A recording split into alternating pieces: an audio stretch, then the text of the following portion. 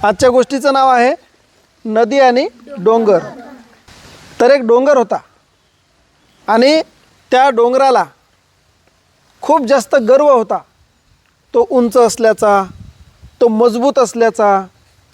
आणि त्या डोंगराच्या पायथ्यापासून एक नदी वाहत होती आणि त्या नदीला पाहून तो डोंगर म्हणाला, हसला त्या नदीला पाहून आणि म्हणला, काय नदी, मी बघ किती उंचच्या उंच आहे, तू बघ माझ्या चरणाशी स्पर्श करून जात आहेस, म्हणजे श्रेष्ठ मी आहे, कारण तू कुठे आहेस, माझ्या चरणाजवळ आहे, माझ्या पायाजवळ आहे.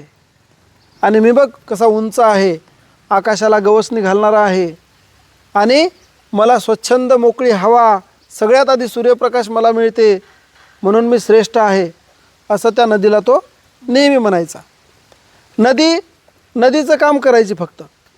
सुरुवातीला नदी छोटीशी होती.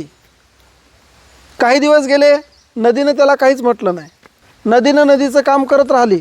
कशाचं? वाहायचं. एका दुसऱ्या डोंगरावरून नदी उगम पावलेली होती. या डोंगराच्या पायथ्यापासून ती चालली होती. आता या डोंगराला माहिती नाही की त्या डोंगरापेक्षा मोठ्या डोंगरापासून किंवा मोठ्या डोंगरावरून या नदीचा उगम झाला. कारण सहसा नदीचा उगम कुठून होते रे? डोंगरामधून, एखाद्या पर्वतामधून उगम होते. मग ती खाली खाली खाली खाली येते. जसं की आपल्या महाराष्ट्रातली गोदावरी नदी. या गोदावरी नदीचा उगम कुठून झाला माहिती आहे का? कुठून झाला माहिती नाही?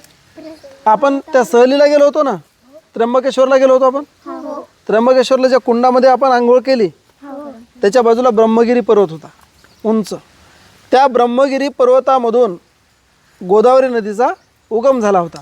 मग त्या कुंडामध्ये पाणी आलं होतं आणि त्या कुंडामधून पाणी येऊन मग नाशिकला आलं, पंचवटीला, जिथं प्रभू श्रीराम वनवासामध्ये असताना होते.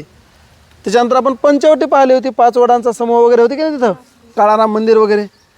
तर ती आहे गोदावरी नदी. आता गोदावरी नदीसुद्धा कुठून उगम पावली? पर्वतामधून, उंचावरून उगम पावली.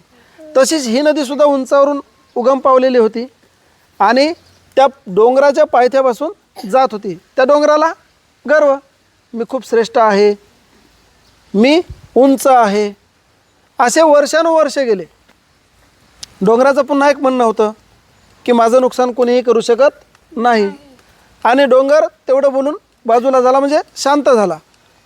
वर्षानुवर्ष गेले आणि अचानक डोंगराच्या लक्षात येते काही वर्षाच्या नंतर की अरे, आपण तर पोखरला गेलो, आपण नदीमुळे पोखरला गेलो. आणि पोखरला गेल्याच्या नंतर एक खूप मोठी दरी निर्माण झाली होती. डोंगराचं गर्वहरण झालं एक प्रकारचं. कारण डोंगराने काय सांगितलं होतं? मला कोणी नुकसान पोहोचू शकत नाही. डोंगर अत्यंत आवेशाने, रागाने म्हटला, ए नदी, तू माझं नुकसान केलं. नदी म्हणाली, मला तुझं नुकसानही करायचं नव्हतं, मला तुझा फायदाही करायचा नव्हता, मला फक्त माझं काम करायचं होतं. आणि माझं काम काय आहे? वाहण्याचं. माझं उगमस्थान आहे, तिथून मला वाहत वाहत जायचं होतं. वाहत वाहत जाऊन जसं जसं मी पुढे जाणार तसं तसं माझं पात्र जे आहे हे विस्तारत जाणार आहे, हे मला माहिती होतं. म्हणून तुझ्या नुकसानीशी मला काही घेणं देणं नव्हतं. हे तुझ्याच मनात होतं की मी खूप मोठा आहे किंवा मला गर्व आहे. परंतु माझा धर्म काय होता? वाहत जाण्याचा आणि इतरांना पाणी पुरवण्याचा. ते माझं मी कर्तव्य केलं. परंतु तू उभा खट्टमध्ये होता, म्हणून मी तुला फोडण्याचा प्रयत्न केला नाही. तुझ्या कडेकडेनं जाता जाता तुझा जो भाग आहे मातीचा, खडकाचा, तो माझ्यामध्ये येऊन विलीन झाला. त्याचं कारण काय? माझा मृदू स्वभाव जो होता की त्याला हळूहळू स्पर्श करून जायचा. आणि माझं रुद्ररूपसुद्धा त्यांनी पाहिलं जेव्हा मला पूर यायचा तेव्हा. कारण माझा मी धर्म निभावला. फक्त तुला जो गर्व होता, तो गर्व तो वास्तविक तुलाच होता. मला तुझ्या गर्वाशी काही घेणं देणं नव्हतं. मी माझं कर्तव्य करत राहिलो. पण तू एक लक्षात घे की डोंगर असो की पर्वत असो, किती काही मोठा असेल, तरीसुद्धा त्याला एका ठिकाणी नमतं घ्यावंच लागतं आणि त्याचं उदाहरण हे माझा नम्रपणा आणि माझं कर्तव्य आहे. या गोष्टीवरून आपल्याला हे शिकायचं आहे की एखादी गोष्ट नदीनं काय केलं, नदीनं नदीचं काम केलं. नदीनं डोंगर फोडत बसायचं काम केलेलं नाही. नदीने काय केलं, जसा डोंगर आला तर डोंगराला फोडत बसण्याचं काम नाही केलं. आपल्याला कामच करायचं आहे की नाही, तर बरोबर तिने काय केलं, बाजूला त्याच्या पायथ्याने आपला रस्ता काढून ती पुढे निघून गेली. परंतु ते निघून जाण्यातसुद्धा एक महत्त्वाचा संदेश त्या डोंगराला तिने दिला. काय दिला की जेव्हा तुझ्याशी माझं काही घेणं देणंच नव्हतं, तरीसुद्धा तू मला काय दाखवण्याचा प्रयत्न केला, मी खूप श्रेष्ठ आहे. असं अनेक वेळा कोणी श्रेष्ठ असो की नसो आपल्याला काही घेणं देणं नसते, परंतु तुम्हाला काम करताना किंवा एखादी गोष्ट, आता तुम्ही अभ्यास करत आहेत, अभ्यास करताना एखादा म्हणते, मुलगा काय म्हणते, किती अभ्यास कर, तुझ्यापेक्षा हुशार मीच. आता तुला म्हटलंच नाही नदीने हुशार आहे की नाही आहे. त्या नदीने सुद्धा तेच केलं. नदीचं काम काय होतं, कर्तव्य करण्याचं.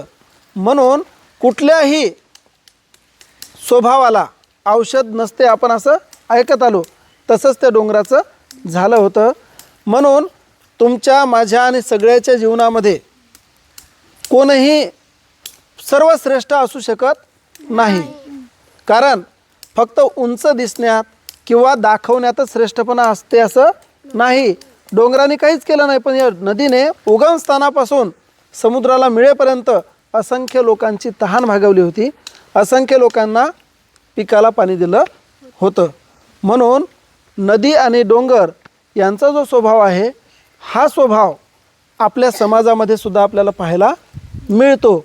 वास्तविक डोंगराचाच काही भाग नदीला येऊन मिळाला आणि त्या नदीला जायला त्याने जागा दिली. कारण का, नदीचं कार्य चांगलं होतं, नदीचं कर्म चांगलं होतं, नदीचा उद्देशसुद्धा चांगला होता.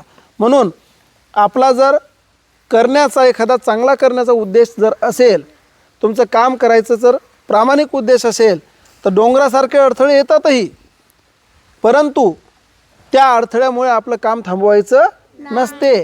जिथं अडथळा आला तिथून आपल्याला काय करायचं, आपला मार्ग बदलायचा आणि आपल्या ध्येयाकडे आपण चालत राहायचं.